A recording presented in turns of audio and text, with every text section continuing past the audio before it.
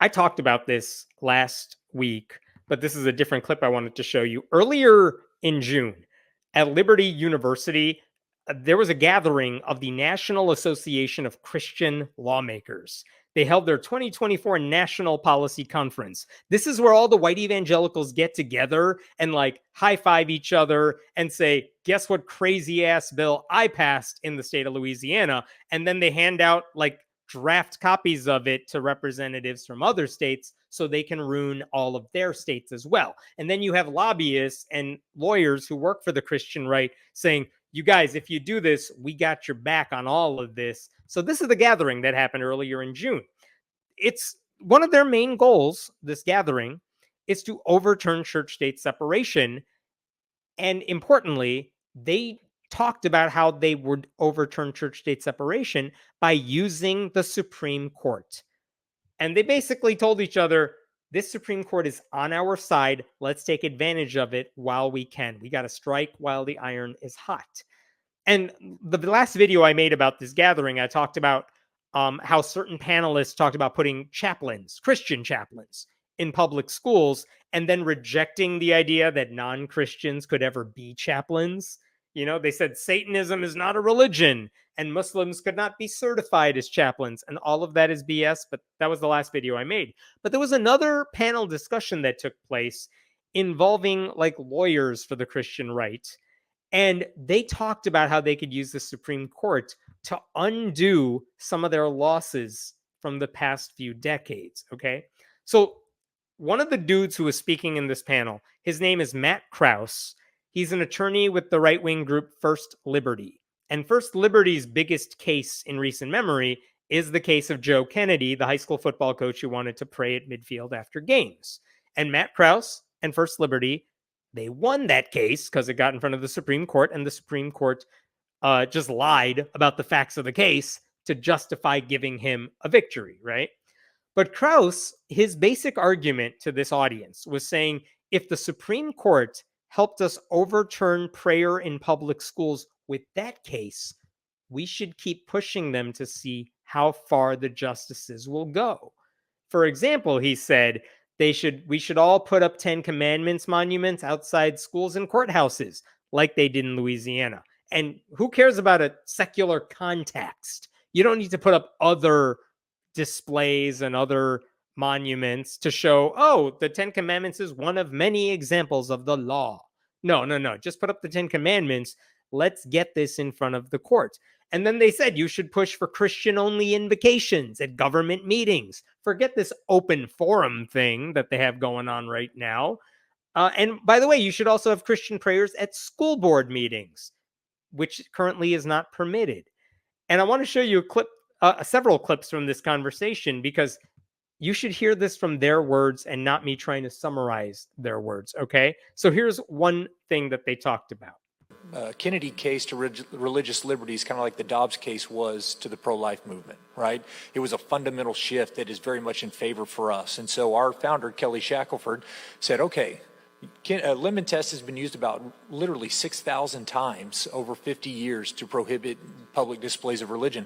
What if we started going back and going on offense and saying, no, let's push back and let's start putting these things back up, whether it was the 10 Commandments on schoolhouse walls, whether it was 10 Commandments monuments outside government buildings, prayer out of certain, whether commissioners' courts, school boards, things like that. And so, so many times it seems like we're playing defense and we're reacting to things, but why not go on offense? And why not assert our rights, especially with this opportunity that we've been given that we have not had in half a century? And so that last part he said there, we haven't had this opportunity in half a century where they have a court that is totally in the bag for their people. He mentioned the lemon test, and I know I'm not a lawyer, but basically the court years ago, they said, here's a test judges can use to decide if something violates church-state separation.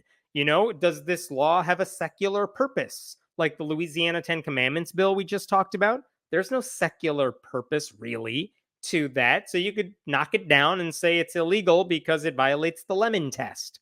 And the Supreme Court in recent years has said, we're done with the lemon test. It doesn't count anymore. The question we should be asking is there historical context for why we can have a certain thing? So a cross on public property, like a giant Christian cross, if there's an argument to be made that this has been around for 100 years and no one complained about it until now, then why not just leave it up?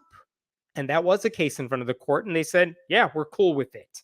So what this dude is saying is, they're done with the lemon test. And the lemon test has screwed us over so many times in the past several decades. But now let's go on offense because we have new rules in play that benefit us, which is a very disturbing but very accurate thing for him to say. Here's another clip. We're helping several jurisdictions start planning to put Ten Commandments monuments back on, whether it's state grounds, county grounds, city grounds, whatever that is. And so we think it's a unique opportunity, and we'd love to come alongside each and every one of you in your states if you have something that you want to do, whether at the state level or in your districts at the county level or city level, to restore faith in America. We haven't had this opportunity, like I said, since the 1970s. We want to use it to its fullest advantage while we have that opportunity, and First Liberty would be honored to come alongside you and do it. I'm also a speaker with a group called Wall Builders, David Barton, Tim Barton, and so we've been kind of doing a road show for these Ten Commandments bills.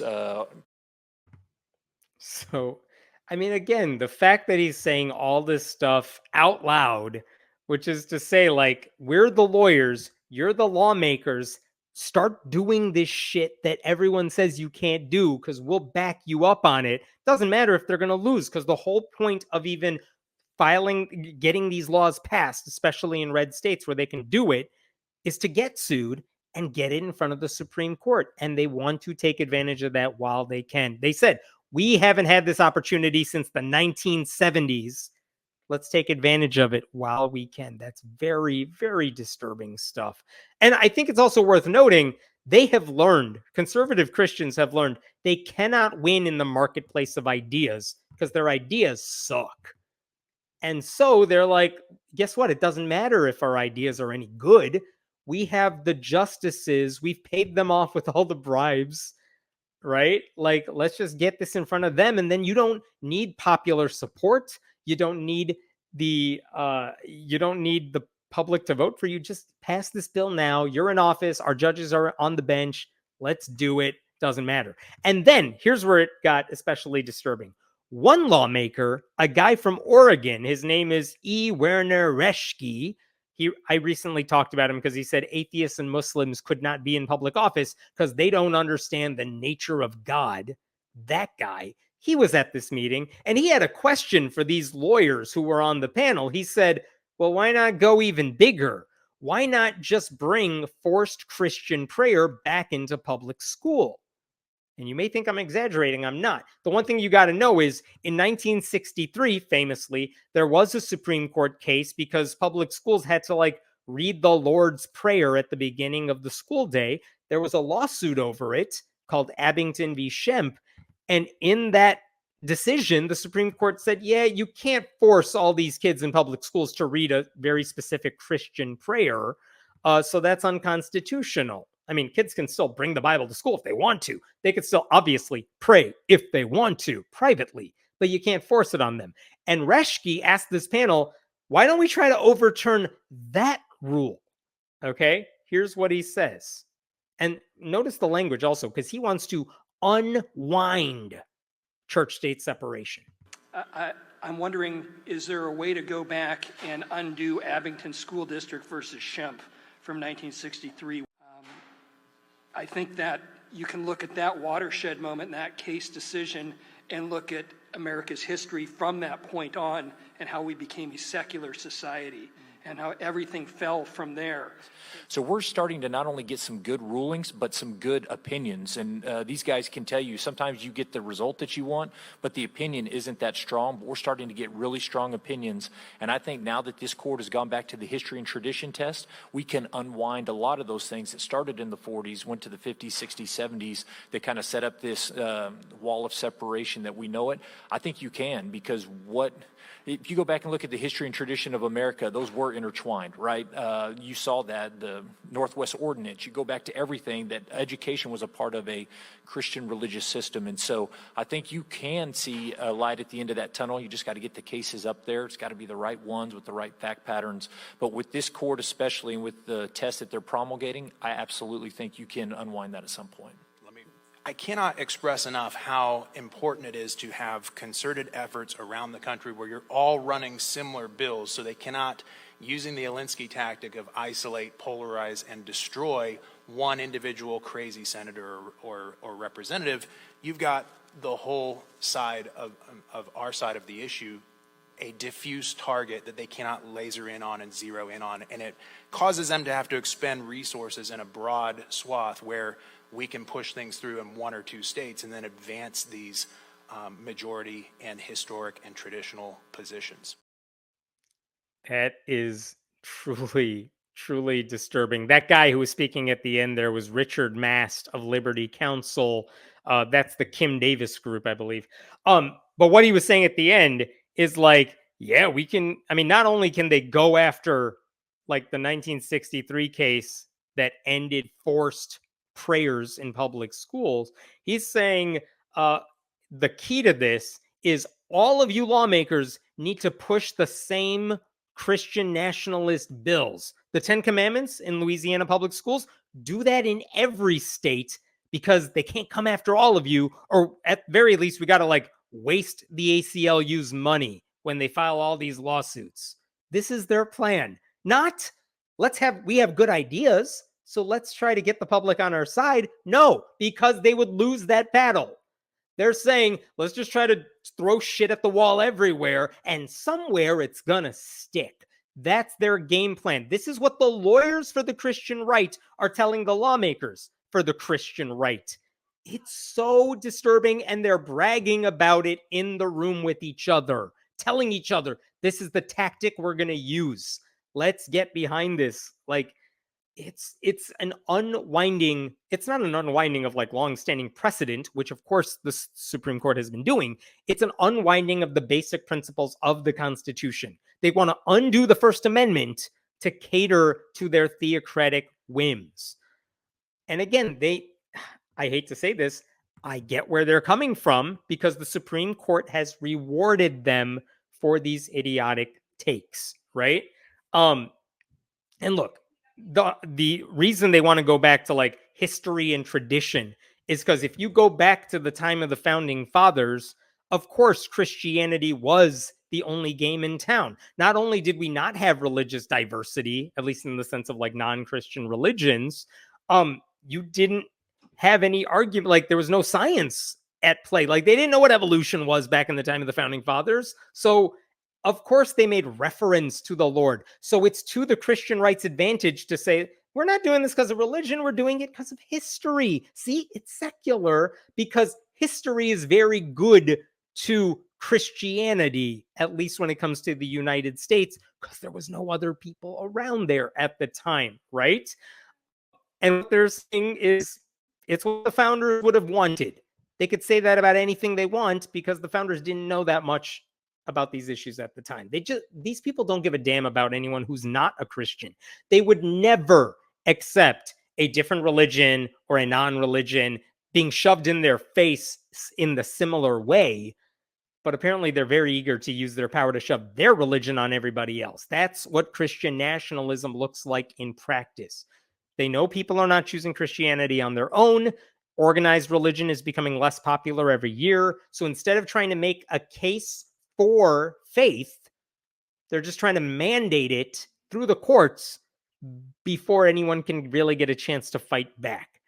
And to what end? You have to wonder about that too. Like, why? What's the point? What do they win if they do this? Like, what's going to get better if any of these laws they're talking about get passed? Nothing. Nothing will get better. Their dream solution would fix none of the problems that exist, many of which they caused through their own other stupid ideas. Like they want more guns in society. They don't care about climate change. They reject vaccines. They take money out of public schools. And their solution to everything is to ignore the data and just add sprinklings of Jesus to everything. That's never helped. I don't know why it would start now. And the same people, by the way, who complain about like rising anti-Semitism, they want nothing more than to force Jesus upon Jewish students.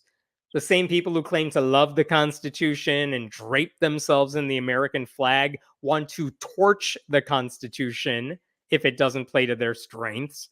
And again, I know I say this all the time, but because of apathetic voters who stay home on election day because they don't love Joe Biden, and amoral conservatives who always find a way to justify anti-democratic Republicans, and self-important progressives who are like, well, I'm voting for a third-party candidate because Democrats aren't perfect. Like, that's why the Supreme Court has been handed to people like this. That's how they took over. These Christian supremacists know that if they can just get their pet issues in front of their pet justices, the facts won't matter. The First Amendment won't matter. The outcome is guaranteed because the majority of justices, like them, are more interested in elevating their brand of Christianity than respecting the foundations of this country. Okay, I'm going to pause there if there are any questions here. Supreme Court knocked down Roe v. Wade because it wasn't our history and tradition. And with that justification, how long until they kill gay marriage, women's right to vote? I mean, they are going after Obergefell. They're already doing it. I think Sotomayor issued a dissent this week that basically said they're already setting the stage to let marriage equality return to the states so that red states can say, guess what? Same-sex couples don't have any rights here in our state. So they're on that one already. Women's right to vote. I mean, give it time. Give it time. Amy Coney Barrett will write the decision. We did not become secular. We started secular. That is a fair point. I mean, again, this is what people have said before. The word God does not appear in the Constitution. Religion doesn't appear in the Constitution except with the word no in front of it. And if the word God or Lord is used in the Constitution, it's like it was written in the year of our Lord. Like that was a formality. It's not saying you got to believe in the Lord or anything like that. So yeah, we've always been a secular country. Religious freedom is one of the reasons some of these people wanted to escape from other countries. So like, if we really want to go back to history, you can make a case that it needs to be secular, that we need to respect church-state separation. But when you're listening to David Barton, did you notice that one guy said, I work with wall builders and David Barton and his son? It's like, yeah, that's why you don't know anything, because you just work with the liars.